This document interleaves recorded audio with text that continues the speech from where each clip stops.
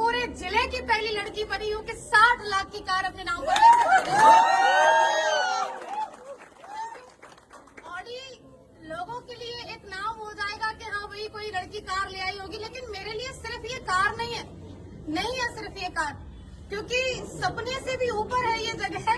जब गुरुजी पर्दा हटा रहे थे तो मैं अंदर से फील कर रही थी ये मेरी है। मैं कई बार अंदर से कह रही थी मेरी है। रात भर मैं सोई नहीं हूँ। ये बिल्कुल सत्य है, मैं बिल्कुल नहीं सोई। मैं सुबह 5 बजे का अलार्म लगाई थी, जल्दी जगना था। अलार्म तो मुझे जगाया ही नहीं है, आज मैं अलार्म को जगाई हूँ। पूछ रही हूँ आप कहाँ पहुँचे। सारी चीजें आज अच्छी हैं, बढ़िया हैं। क्यों है? सिर्फ उसके पीछे एक कारण है, हमारी असली पीएस वेलनेस जैसी महान संस्था और इसके संस्थापक की एक नेक नियत, एक अच्छी सोच। हमारे CUNMD महागुरुजी मिस्टर संजीव कुमार सर, मैं कहूंगी अरे होंगी बहुत सारी ऑर्गेनाइजेशन जो कि काम करती होंगी डायरेक्ट सेलिंग में, लेकिन पूरी डायरेक्ट सेलिंग के अंदर एक असली पीएस वेलनेस और पूरे डायरेक्ट सेलर्स के लिए महानायक बनके खड़े हमारे CUNMD mister Sanjeev Kumar sir के लिए एक बार जोरदार। शायद कुछ संकोच होता इस कार को लाने में, लेकिन कोई संकोच नहीं हुआ क्योंकि वो वुमेन वेलफेयर फंड का 5 लाख एक्स्ट्रा गुरुजी दे दिया। बहुत बड़ा सहयोग लगा, क्योंकि लोगों को लग रहा है कि 5 लाख रुपए अमाउंट क्या, लेकिन पूछिए उनसे जो 30,000 रुपए महीने की तनख्वाह लेते हैं, पूरा 30 दिन ड्यूटी करते हैं, तब जाके उनको 30,000 आता है। लगभग उनकी 1.5-2 साल की इनकम तो माँ गुरुजी ने एज ए वेलफेयर फंड मुझे दे दी। क्यों? क्योंकि तुम लड़की हो। फिर हमारे अंदर से भी जज्बा जुनून आया कि नहीं भैया, जब 14 लाख की चल सकती तो 60 लाख की भी चलेगी। अब माँ गुरुजी अगर 5 लाख एक्स्ट्रा दिए तो उसको सही ठिकाने पे लगाना पड़ेगा, क्योंकि अभी और कमाना है। सारा कुछ बढ़िया है, बहुत ही अच्छा है। मैं जो बोलना चाह रही थी शायद मैं वो बोल ही नहीं पा रही हूँ, क्योंकि खुशी का कोई ठिकाना नहीं है। आज माँ गुरुजी पहली बार ये कह रहे बोलिए, नहीं तो हर बार ये होता है कम बोलिए। टाइम नहीं है, अभी आपके बाद और भी खड़े हैं और उनको बोलने दीजिए। लेकिन ये अवसर भी असली पीएस वेलनेस में तब आता है। माँ गुरुजी एक बात बोलते हैं, मैं माँ गुरुजी की बात को रिपीट कर रही हूँ यहाँ पर, कि हम सभी किस्मत वाले तो हैं क्योंकि हम सबको सेम प्लेटफॉर्म मिल गया है, लेकिन हर वो व्यक्ति सफल नहीं होगा जो ज्वाइन कर लिया। क्यों? कि किस्मत वाले सभी हैं लेकिन सेम मेहनत नहीं करते। किस्मत से प्लेटफॉर्म मिल गया है, अगर हम मेहनत करते रहेंगे तो हम यहाँ तक जरूर आएंगे। किस्मत वाले हम बन चुके हैं, अब बारी है मेहनत वाले बनने के लिए। तो क्या आप लोग तैयार हैं? अगर आप तैयार हैं तो मैं आपसे कहना चाहती हूँ कि यदि आपने असली पीएस जैसी महान संस्था को ज्वाइन कर ही लिया है, और स्पेशली मैं गर्ल्स से ये बात कहना चाहती हूँ कि यदि आप AWPL के अंदर ज्वाइन हो ही चुके हैं तो 3 से 4 साल तक आप मन लगा करके, एकाग्र होकर के, पापा कहें, मम्मी कहें, रिश्तेदार कहें, गांव वाले कहें, कोई फर्क नहीं, हमें वो करना है जो हमें दिखाई दे रहा है। क्यों? क्योंकि वो लोग अपनी जगह पे सही हैं। मेरे पापा ने कभी पढ़ाई के लिए नहीं रोका, मैं आपके सामने खड़ी हूँ। एक भाई एक बहन है हम। जिस स्कूल में मेरे भाई को पढ़ाया, आज मैं पहली बार ये बात बोल रही हूँ, जिस स्कूल में मेरे भाई पढ़े हैं, हम 2 प्राइवेट स्कूल में पढ़े, बल्कि पिताजी किसान है। पिताजी गुंजाइश नहीं थी कि हमें बस से भेजे, लेकिन एक साथ पढ़ाया। हमेशा मेरे पिताजी एक बात बोला करते थे बचपन में कि तुम दोनों मेरे लिए बराबर हो। मेरे लिए ज्योति सौरभ दोनों बराबर हैं। आप मुझे बताइए, बेटी हर कोई नहीं चाहता, उसका कारण भी बेटियां बनती है ना, कि वो शादी के बाद बोलती है अब तो मैं यहाँ आ गई हूँ, अब तो मेरा यही परिवार है, अब तो जो मैं कमाऊंगी वहाँ देंगी। कौन बाप चाहेगा मेरे घर में बेटी पैदा हो? क्योंकि एक तो इसको पढ़ा लिखा के बड़ा करो, कमाने लायक बनाओ, और उसके बाद तो ये तो चली और ये वहाँ जाके कमा के देगी, कौन चाहेगा?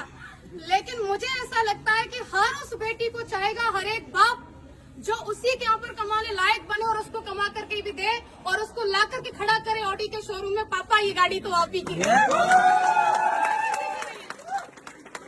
और ये हम सब बन सकते हैं, कोई एक नहीं, सिर्फ एक ज्योति यादव नहीं, नेवर, हर कोई बन सकता है।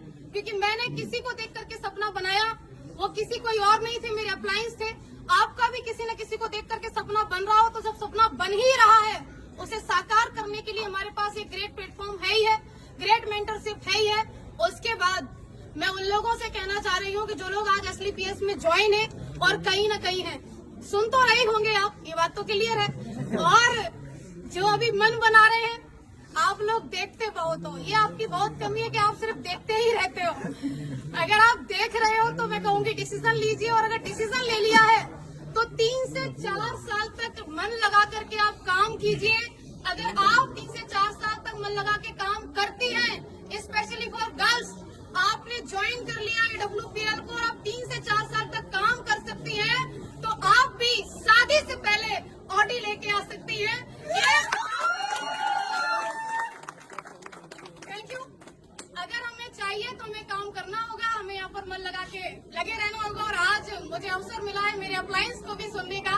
मैंने बहुत बोल लिया तो शायद मैं सब कुछ नहीं कहने वाली थी, और मैं रियली थैंक्स करना चाहूंगी अगेन सभी मेंटर्स का, SLPS वेलनेस का, रिजल्ट ओरिएंटेड प्रोडक्ट का, क्योंकि अगर प्रोडक्ट इतने अच्छे नहीं होते तो मैं किसी को एक बार दे सकती थी लेकिन दोबारा कभी डिमांड नहीं होती। लेकिन प्रोडक्ट इतने यूनिक मैं दी एक को, लेकिन 10 से डिमांड आई, रिजल्ट की वजह से आई। और सबसे बड़ा धन्यवाद आप सभी लोगों का, क्योंकि ये आम दिन को आप सभी ने खास बना दिया अपनी मौजूदगी दर्ज करवा करके। क्योंकि लखनऊ के अंदर लास्ट में एक बात छूट रही थी गुरुजी, कह दूं क्या? मुसीबतें रियली में बहुत आती हैं। जो लोग मुसीबतों का पल्लू पकड़ के बैठे रहते हैं वो घर ही रहते हैं।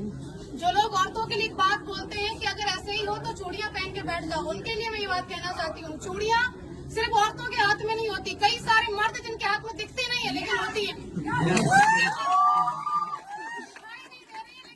चूड़ियां किस बात की? चूड़ियां उनके परिवार के बंधन की बताते हैं, चूड़ियां उनके नाम की बताते हैं। अरे मेरी रेपुटेशन का काम नहीं, चूड़ियां उनकी नौकरी की बताते हैं। ये सब चूड़ियां ही है और क्या है?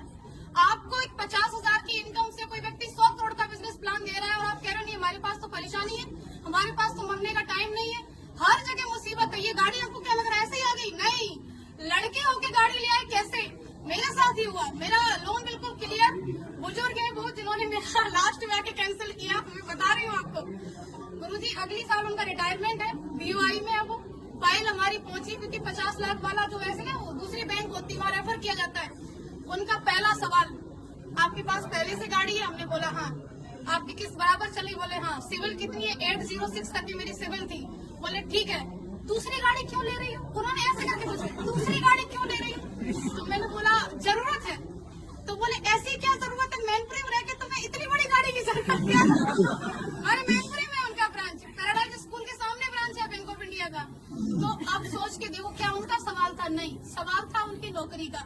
अगले साल रिटायरमेंट है, उनके बारे में जानकर के पता चला कि उनके बेटे की शादी में क्रेटा मिली है। अब बेटे की शादी में क्रेटा मिली है और ये लड़की जा रही है, बोली मेरा लोन क्लियर कर दो, हमको 60 लाख की कार चाहिए। छाती पे सांप नहीं लगेंगे, कुछ भी हो जाए। वहाँ से मुसीबत खत्म हुई।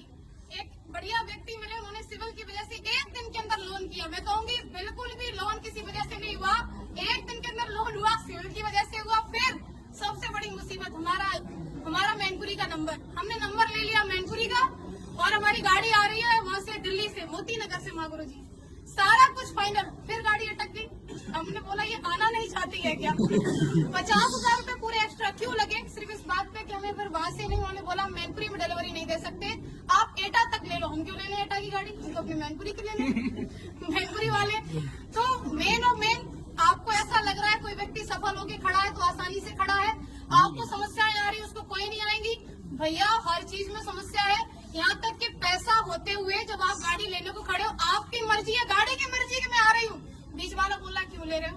तो तीसरे को भी दिक्कत हो सकती है। दिक्कतों के ऊपर कभी फोकस नहीं करना है, फोकस हमेशा लक्ष्य के ऊपर। मेरी बात सिर्फ इतनी है कि आज अगर मैं यहाँ खड़ी हूँ तो सिर्फ इसका एक कारण है कि मैंने हमेशा मेरे अप्लायंस की उपलब्धि को देखा कि आज वो किस पायदान पे पहुंच रहे हैं। मैंने नहीं देखा उन लोगों को जो लोग मेरे अपने थे लेकिन वो किसी न किसी ऐसी जगह पर थे जो उतनी बड़ी सोच नहीं रखते थे। मैंने सिर्फ उनको देखा जिनकी सोच बड़ी थी, जिनकी उपलब्धि बड़ी थी, क्योंकि मुझे वहीं तक जाना था जहाँ तक का मुझे वो रास्ता दिखा रहे थे।